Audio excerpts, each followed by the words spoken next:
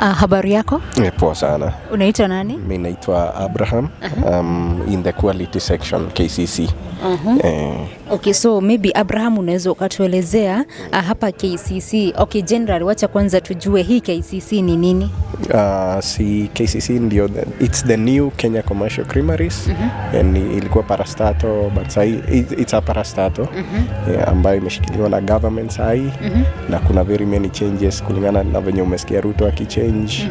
So as of soon it's among the best industries kwanza tuseme hivyo kwa Kenya. It's the biggest ndio pekee tuseme first of all kitu kama milk powder we are one of the main producers. Usidhani hata kuna kampuni nyingine inatoa milk powder.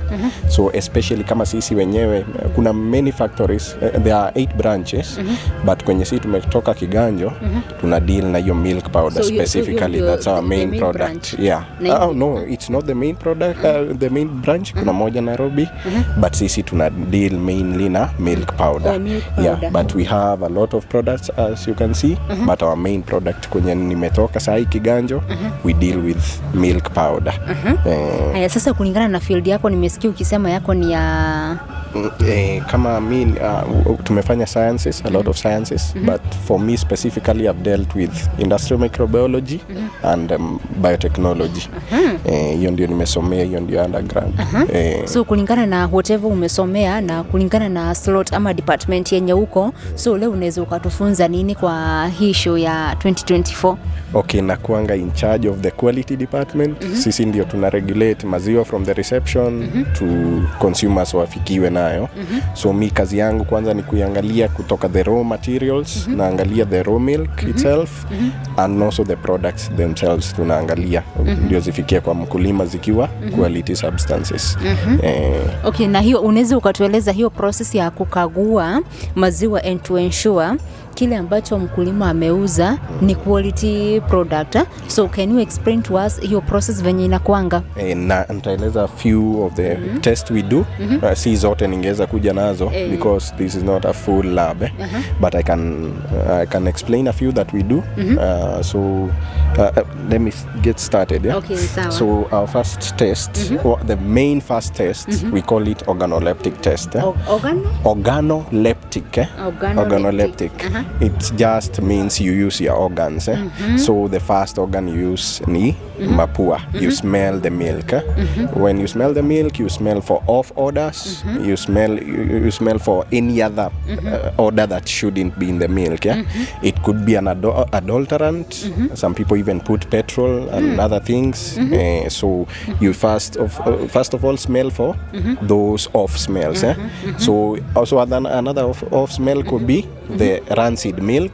Once the milk starts getting bad, it will develop an off odor. So that's what we first check. We call it organoleptic. The second organoleptic test, tumesema ya kwanza ni kunusa. Then you use sight. The sight mainly we use because the milk might have other foreign compounds, like maybe leaves, manure, also streaks of blood, kulingana na venye mkulima amekamua. So we check for all that. So those tests we call organoleptic. So there's other tests. There's another test here we call the density test. We use something called a lactometer. It's the gadget you see here. So it's calibrated according to the density. The proper density should be between 1.028 to 1.032. So at 20 degrees temperature. This is calibrated at 20 degrees temperature. So once I dip it in my milk, this is my milk sample. I said it's affected by the temperature. It can be affected by the temperature and also other things like acidity. So the higher the temperature is, the density might be lower.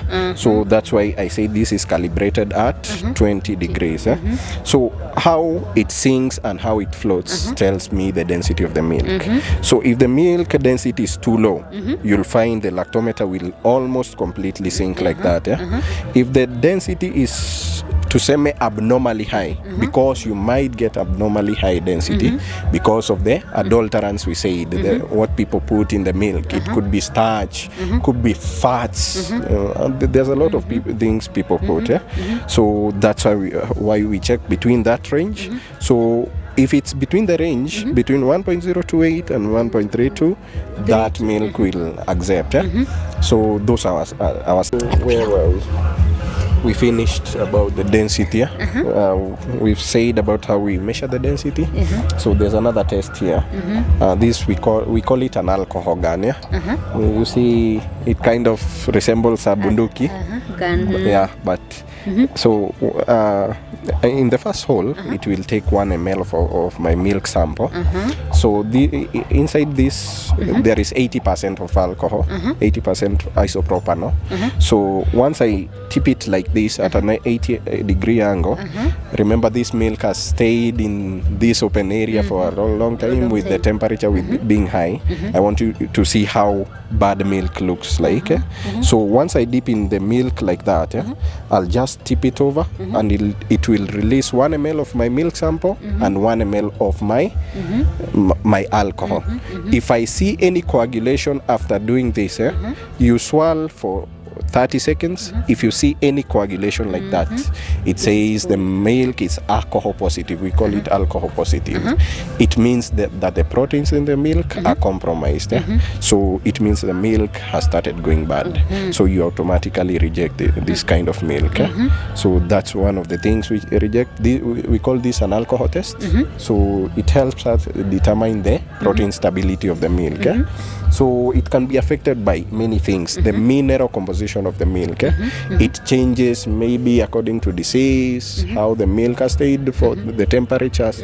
So that's how it will detect. So there's another test here also. This one is for testing adulterants. So a normal strip, we call this hydrogen peroxide strips. Hizi ni kama zenye tulikuwa tunatumia chemistry. Yeah, almost kama litmus paper. Yeah, Litmus paper. yeah. Litmus blue na Exactly. The red and the blue litmus paper. But for ours, you see, it's white when it's new. If I dip it in the milk like that, it should retain its white color. If it develops any blue color, it means hydrogen peroxide was added into the milk. People add this as an adulterant to try and preserve, but it's dangerous when you can't consume. So it's one of the things we have to check when the milk comes from the consumer to see if they've put this sort of adulterants. So if it develops any blue color, you know that milk has hydrogen peroxide. And we reject this kind of milk. So that test we call hydrogen peroxide test. So there's other tests we do in the lab to determine the microbial content of the milk and other things like the butterfat, but I couldn't fit all of them here. So that's why I can only tell you in words. But we have a lot of tests that determine the quality before it comes to the consumers. Straight from the reception to the consumers. It has to go through a lot of tests. Okay, niko na swali kwa sababu umesema huanga mna test kama venye umesema mnaitaje that gun? Alcohol gun. Okay, lakini sinaonanga and especially huko in the mashinani huko kama ni wakulima wakiuza maziwa, I always see watu wenye wananunua wakitest na nini. Lakini if at all inakuaje kabla maziwa ikuwe imefika kwenu KCC? Kwani ikitoka huko kwa mkulima si inafaa kuanza kukaguliwa hapo? Like for us, all the people who bring milk to us, we have societies who bring milk to us. These people have been trained. They've been taught how to check for the alcohol tests. They've been taught how to check for the density tests so that they can bring better milk from the field. We also have people from our graders, our own graders, who can do that in the field. They can test for all this, but like I said, most of the time you'll find if the milk is fresh and the temperatures are not too high, the fresh milk shouldn't have any issues with the alcohol test. So this develops as the lactic acid bacteria develops. That's why you find the milk instability, the protein instability I was talking about.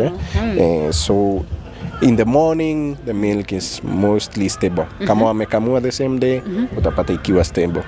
But over time when the temperature rises, the milk will become unstable. Yeah. Okay, bado pia naweza taka kujua, okay, unapatanga kama huko mashinani, there are some of these farmers, maybe mtu amekamua maziwa leo jioni, ana preserve, you know, alafu tena kesho in the morning akikamua, so akienda pale kwa dairy atauza mara mbili. Kuna ile jana ya jioni na kuna sasa hii ingine fresh, you know. So naweza taka kujua, ndio mkulima asiweze kuharibu kazi yake, ni mikakati ipi ama ni steps gani anaweza faa ama anafaa kufuata so as to preserve that milk, and especially kama ya leo jioni na enda kuiuza kesho? Kama hiyo kwanza tunasemanga the first thing hata kama kwetu ni refrigeration. Refrigeration is the best. Kama mtu hana refrigerator na ni huko ushago hakuna, sasa hapo inaweza kuwa an issue because refrigeration ndio the best way. Sasa unless sasa nitamwambia boil, na unaona sasa boiling is a different method, si kama pasteurization. You know, there is a difference in the nutrient quality ya pasteurized milk na boiled milk. So nyumbani kama una fridge nitakwambia boil, but it's not the best for processing. So naweza sema if they can peleka kwa nini kwa kula ikiwa that fresh milk.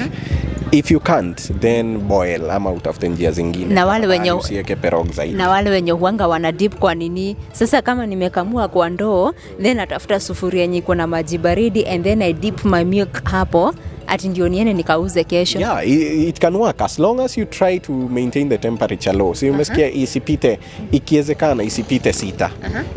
Inaweza pita kidogo but below 6 degrees. Hizo the microbials zime deactivatika. So utapata hata ukiweka usiku, as long as kuna baridi usiku, it will maintain the milk.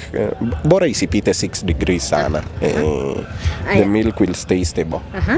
So nikimalizia the last question. Okay, kama mafunzo ama mafundisho yenye umetupatia kwa sasa, maybe kuna mtu anatutazama na angependa kupata hayo mafunzo, so the main question ni, do you offer those training services, and especially kama hizo za kujua kupreserve maziwa ndio hata usiharibu kazi? Oh yeah, we do. First of all, kuna kama field extension officers like the guy you saw, huyu ataenda waongeleshe kule kwa field, but we also offer factory tours. Factory tours you can just organize with the manager. I don't really know how it goes well, but they just organize with the manager and they'll just pick somebody from the quality department.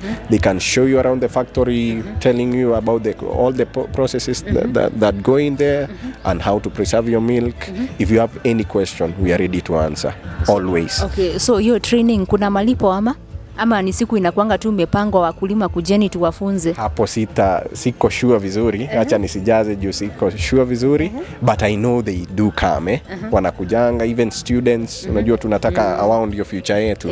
So we do train people. Wanakujanga. For further information you can just go to offices huko Kiganjo. They can tell you when to come or how to do it. Juu kuna some requirements like ukienda kwa food industry, like kunafaa ufunike nywele, vitu kama hizo. So you see I'm shaved. Yeah, kuna zile requirements za food safety handling. Kama hizo utaambiwa ndio ukikuja ukuwe ready tukikutembeza huko sasa. Sawa, asante sana. Karibu. Nashukuru.